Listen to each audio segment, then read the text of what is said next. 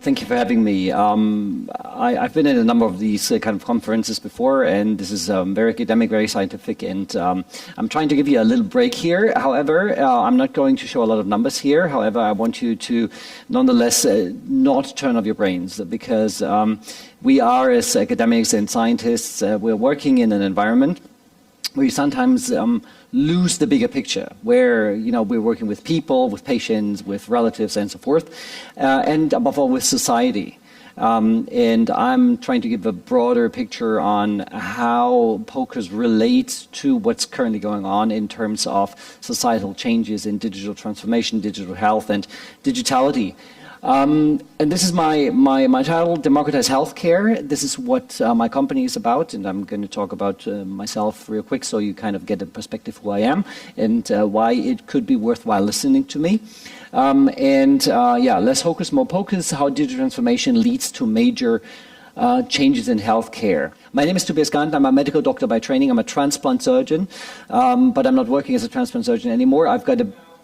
It should work out. Thank you. I've got a business and a law degree, and I've worked after my work in hospital and academia with companies like Siemens, Bayer, Novartis, Johnson & Johnson, and then I decided that I need to do something on my own. I'm not compatible with hierarchy, so this is why I dropped out of academia in the first place and why I dropped out of big corporate. And the only superior I can tolerate is my wife and my 3 kids, I guess.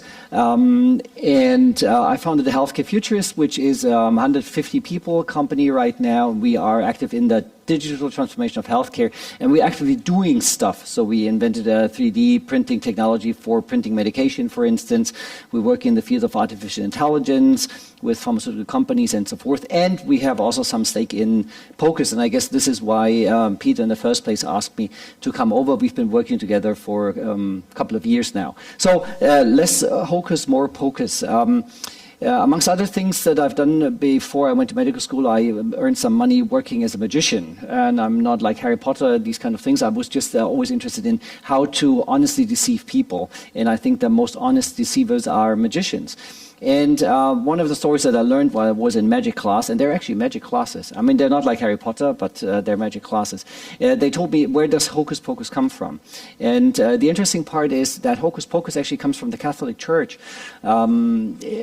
In the old days, when priests were not preaching to the people, they were doing their thing with the back facing the people, and they were actually converting the bread into meat and the wine into blood. And they were saying in Latin, they would say, "Hoc est corpus tuum," which means this is your body. Now people in the back didn't understand what they were talking about, and they were like, the guy was mumbling something like hocus pocus, whatever, and then some change was going on, and so this is why magicians took it up in the first place, that now hocus pocus, which is actually just mocking the Catholic Church in one way or the other.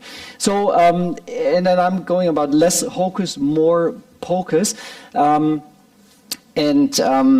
I've talked about the Healthcare Futures. We are explorers, we are rebels, in terms of archetypes, what you want to achieve with your company, and we are magicians in a way, because we are not like the typical German engineering company that needs to turn out 110% in engineering, and then you go out to the public. We also do it with 80%, and the rest of 20% is magic.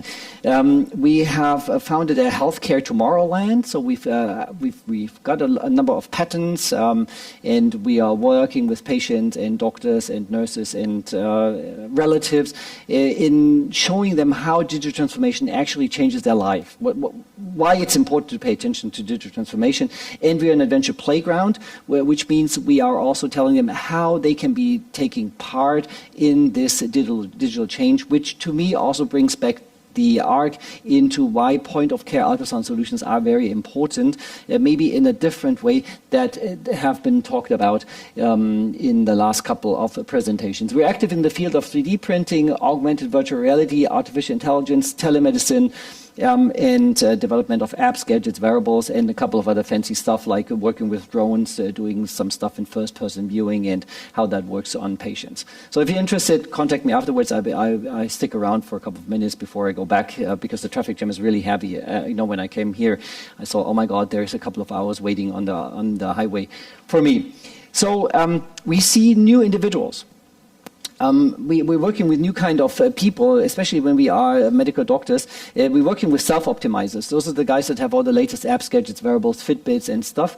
And they collect their data and they send it to the doctors. And those poor guys, they don't know what to do with it because they can't bill an insurance company for that. And so they're just looking at the data. We see people coming up, what I call digital hypochondriacs. So those are the guys that have all the Apple Watches and stuff, and they're more elderly people. They have a 23andMe genetic profile, and every time they run a headache, they now know this is the glioblastoma hitting. And so they go to the next hospital and they ask the attending for another CT coming in. Of course, we need to look into that because it's not just about quantification, it's also about qualification of patients. And we've got those guys here, which are the citizen scientists. A lot of people harbor an innate interest in understanding more about how their physique is actually working. So we see a rise in people using these kind of devices like Freestyle Libre, which is a continuous blood glucose measurement device that you attach on your skin, and it tells you how your blood glucose is doing. And for a number of people, it's very enlightening to see what the blood glucose level is actually doing when they have a bar of chocolate or when they have rice. What you might think is fancy, to me, it's not fancy. Those people who think that a continuous blood glucose measurement is only for people with a diabetic condition would probably also think that bathroom scales is only for people that are overweight and obese. So we would probably want to find out more and more about ourselves. The closer the technology comes to us. And everybody who has a smartphone has a number of sensors carrying with him or with her. Now, why should that be different also in a more advanced technology such as ultrasound? I come to this later because we've worked with a number of doctors on that field. And we see in this recent article here, The Economist, data from wearable devices are changing medical surveillance and medical research, which is interesting because in the old days we were neglecting these kind of data that were taken on by lay people when we were conducting phase 3 and phase 4 study trials. Now this is obviously coming much more. We've seen in the pandemia data donation coming in. We've actually found it with a group that is called Faster Than Corona. The global's largest data donation database for people that would report on their COVID-19 symptoms. Because when the pandemic broke out about 2.5 years ago, we thought, oh my God, it's obviously different in every individual person. So we want to predict how good, how bad people are probably when they contract corona, and what kind of common denominators do they have. So we asked people globally to donate the data, which at that point in time was a gray zone in terms of legal. Now, with the European data space, it's legal. It actually became mainstream. If you look into what's happening in Brussels right now, data donation and data collection is here and it's here to stay. And maybe also POCUS data can come into this data realm and can be used for finding not only about the actual patient's condition, but also feeding this into an artificial intelligence. So my thinking is that even though I went to medical school like the old-fashioned guy, where we only had surgeons and internal medicine guys and OBGYN guys, we will most likely see specialists for data-driven healthcare. I'm not saying that healthcare before was not data-driven. However, the guys who were dealing with data in the healthcare area were more likely the guys who were writing calls and who were doing statistics. Now, these guys I see here working much more with data and also ultrasound data coming in here are the ones who really are game changers in hospitals, who really can close down ORs if the perioperative infection rates are just too high. So we will see, or we do already see a gravitation much more into the data area.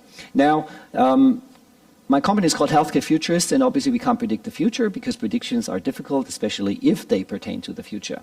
But we can create the future, and what we can do is we can learn or try to learn from the past, which is one of my favorite things. So if we look at this picture here, dating back to 1928, we see two women sitting here, and they're using some devices that we could decipher as the precursors of smartphones, right? So this is like a kind of mirror, it looks like a phone, and then they're sitting there, and obviously things have been predicted correctly in 1928 that these people who actually sit there together don't talk with each other, but talk with people who aren't there. So this is a big complaint of sociologists. Now, the bummer in 1928 was not that there was technology and people didn't talk with each other, it was that women actually smoking. Now, this obviously is also not a bummer anymore today. But what I want to direct your attention to is this here. This is a wire. And this tells us how innovation works. It doesn't go linear ways, right? Those guys, they had a conception of wire, and they understood that the headphones need to be attached with a wire. However, they couldn't predict that there were Bluetooth or Wi-Fi in the next couple of years. So this is how innovation works. And if you look to the upper left corner, this is the flying car. Now, we don't have flying cars yet, even though Elon Musk is threatening after he's done with Twitter, he's going to build flying cars. And if we look back into car and go back another 30 years from 1928, this is Gottlieb Daimler and his son sitting on a car. Now, you hardly recognize this as a car because it looks like a coach, doesn't it? And it even has these kind of things here where you can attach horses. So maybe he didn't even trust his invention at that time. So if he ran out of gas, that he could attach horses here. Now, Gottlieb Daimler in the back has said the necessities for cars will not exceed 1 million on the planet. Why? Because of the lack of available chauffeurs.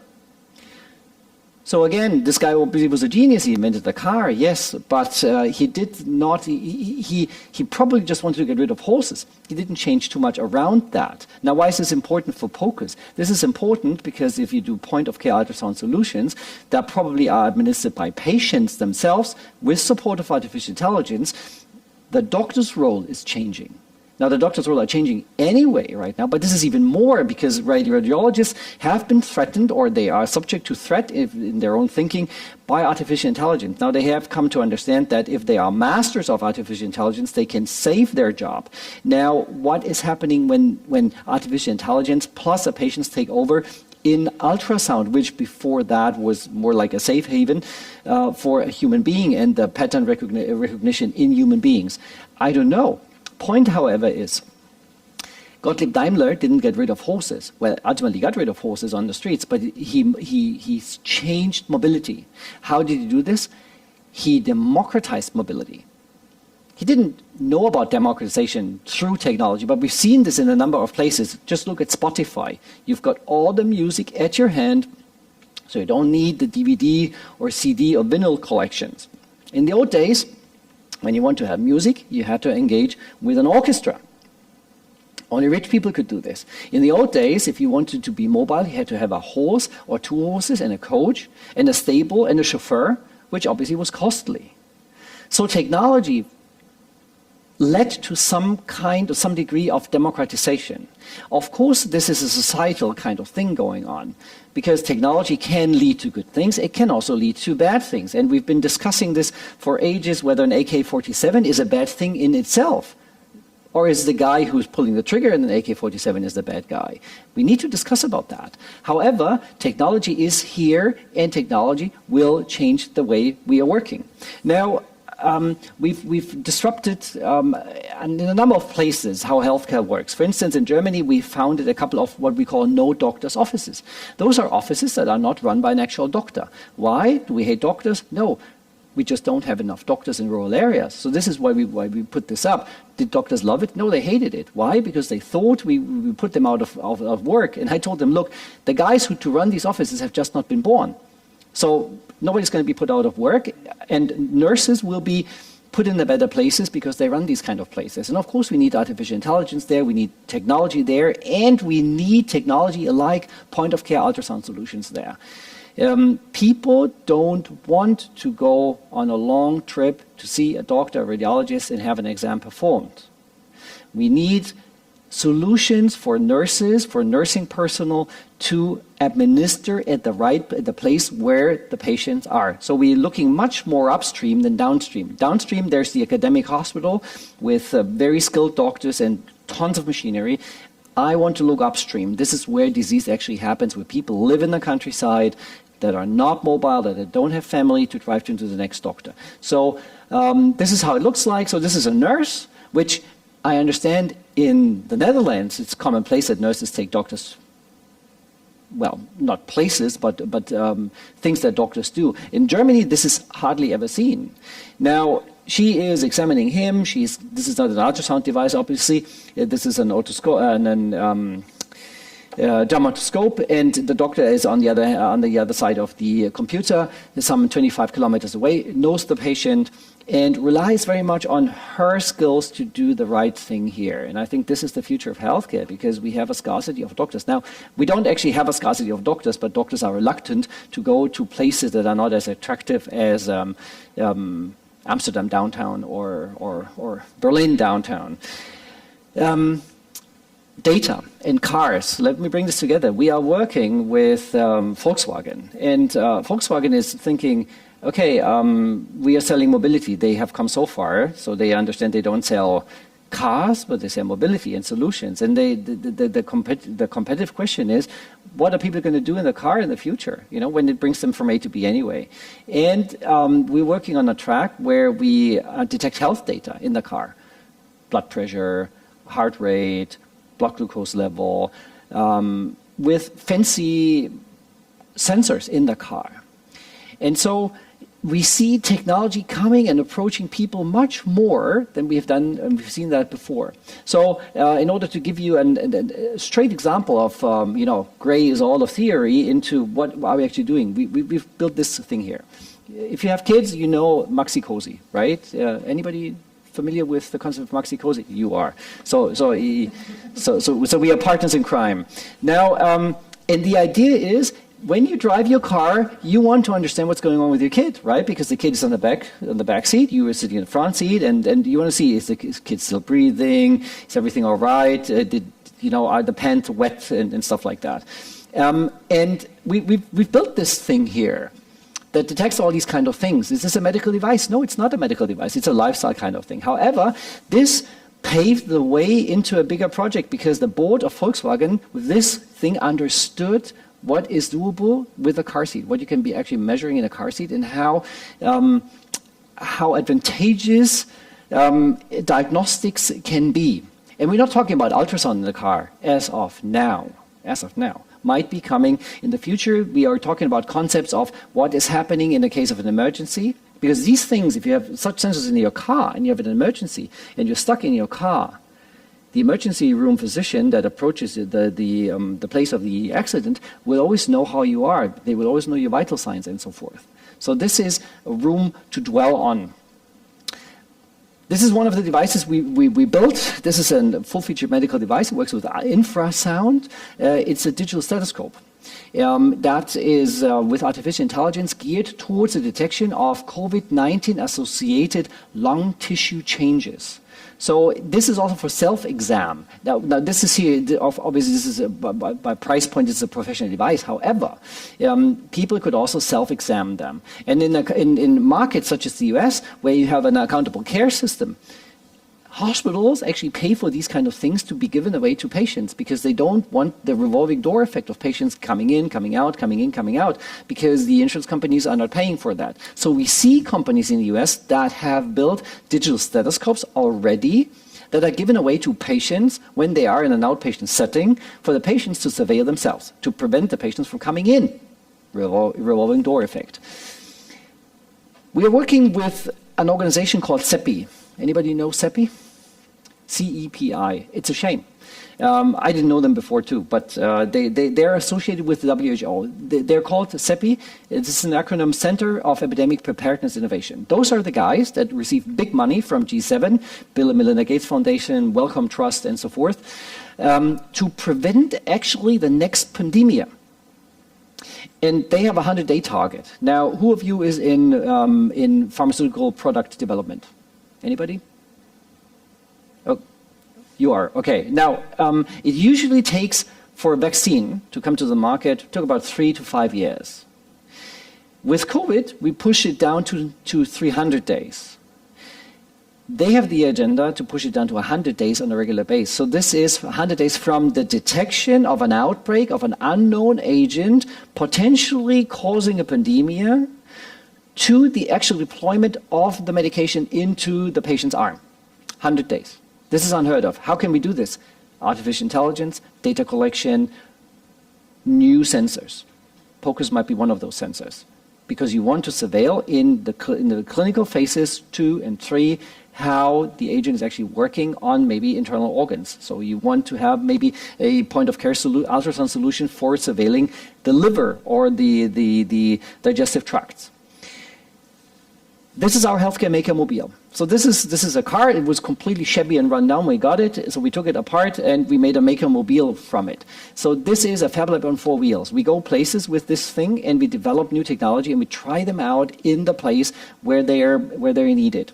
So for instance, what we do is with academia, but also with companies, we build up our healthcare innovation playground to showcase what is actually going on. And we have just started to put more focus on POCUS, to actually expose lay people to point-of-care ultrasound solutions to see how they're doing with this, in terms of being supported with artificial intelligence. I come to this later because we've produced a movie about that. I'm not going to show the movie, but I'm going to show some stills of the movie.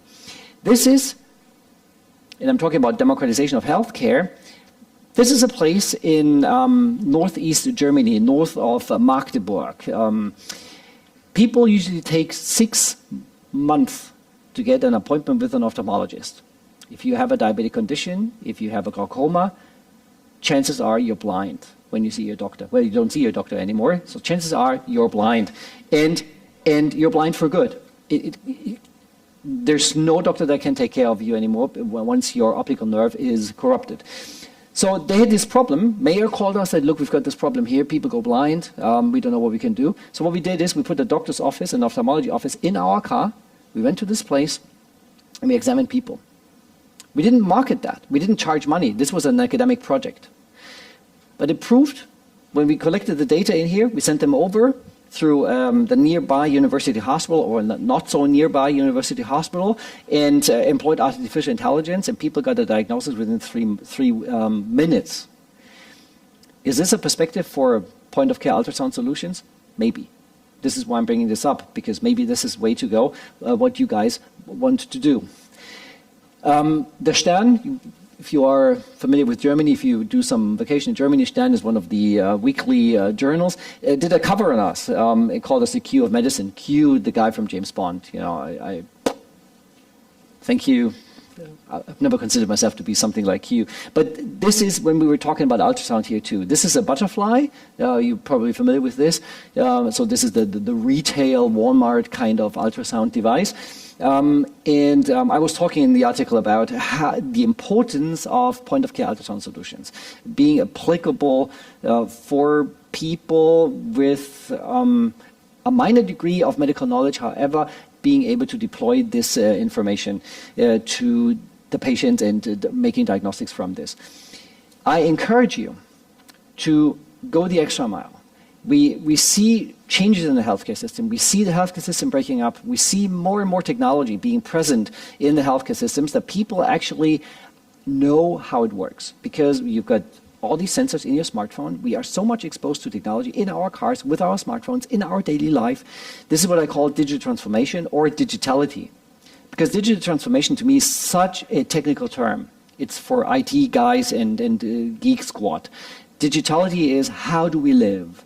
You know, do we order shoes online? Do we order books online? Do we book vacations online and so forth? It changes our lives. Look at dating, you know. What would the world do without Tinder? I don't know. But maybe it would be a different world.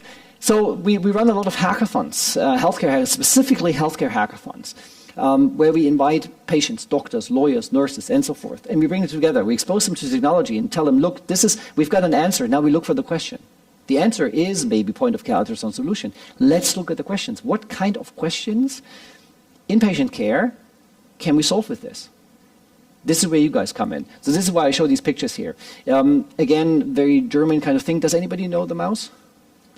Okay, so we're working with the mouse. It's a very trustworthy person in German education, I guess. And she's on air every Sunday. And you learn how brushes are being made and how stuff is being done. And we're working with the mouse, and we're telling people how healthcare in the future could be looking like, how 3D printers are working in producing medical products and pills and so forth. And I'm currently writing a little book. People ask me to write a book. I don't think the world needs a book written by me, but I've been asked. And it's called Schlauer als der Arzt erlaubt. In English, it's Outsmarting Your Doctor. And we see more and more patients that are outsmarting their doctors. Not only people with a diabetic condition or a chronic condition that know more about the specific doctors, about their condition or disease, but health literacy will go up. And people will be demanding more things, more information coming from the devices, coming from the doctors, talking to the doctors. This is a good place. This is why I say more hocus, less hocus and more pocus. And pocus is a pars pro toto, basically, for advanced technology in patient care. So this is a film we did. We were asked by a pharmaceutical company that produces products in the area of hemophilia, and their idea is if you have a hemophilic condition, you have major bleeds in joints. Now, with the iron clotting in your joints, it starts stiffness. Now, the iron can't be removed, so people have stiff major joints. Of course, the pharmaceutical company was thinking the more people know about this and can detect this, or the more doctors know about this, the more our drug is being prescribed. So Sure, I didn't fall for this, but the point is we could make a movie about ultrasound point-of-care solutions. So we met a doctor in Switzerland. She demonstrated how the knee joint works, and then we worked with this guy. Anybody knows Professor Carlo Martinoli? You should. He is, in my opinion, he is a stakeholder in point-of-care ultrasound solution. Why? Because he developed a Martinoli scale, which enables internal medicine doctors who only have been trained to do abdominal ultrasound to actually examine joints, major joints, which only doctors that are trained in orthopedics can do. So he came up with this I think it's actually called Martin. It's called Head Score, right? Head Score. So this is him. We visited him in Geneva.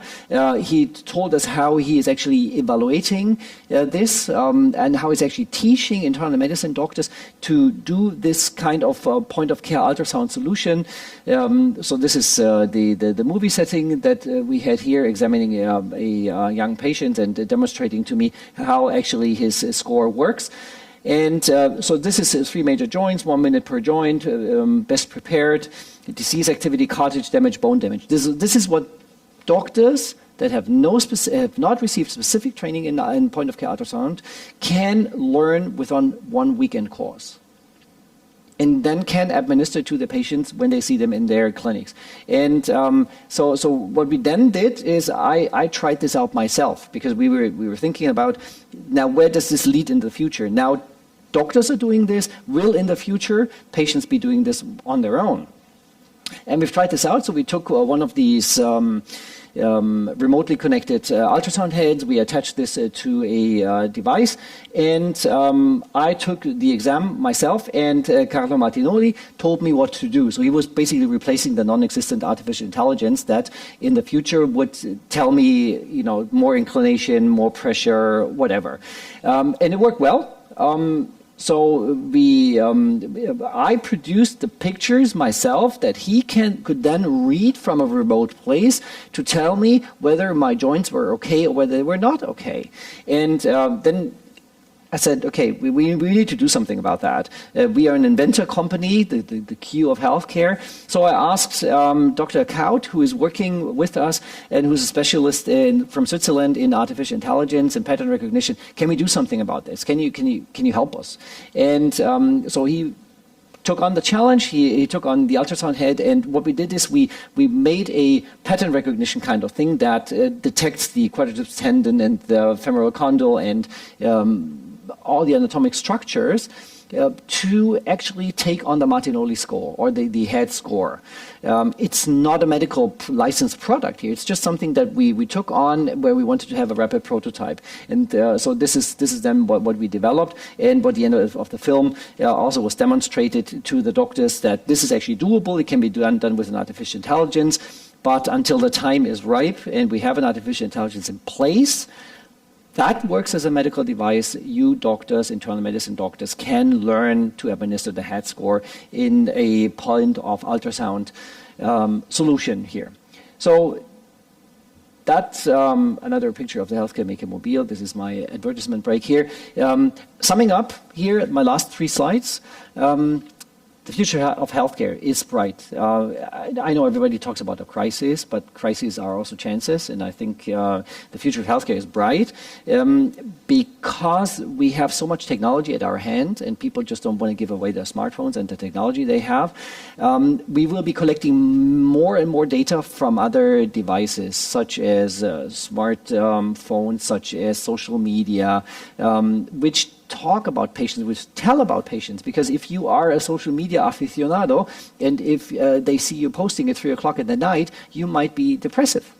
So you might have a depression going on, which is important for a doctor to know when he or she examines you. And it's more likely to be a she in the future because, at least in Germany, medical school is 70% female. This is probably attributed to the fact that the grades of females are better in school and it's easier for them to acquire or to get a place in medical school.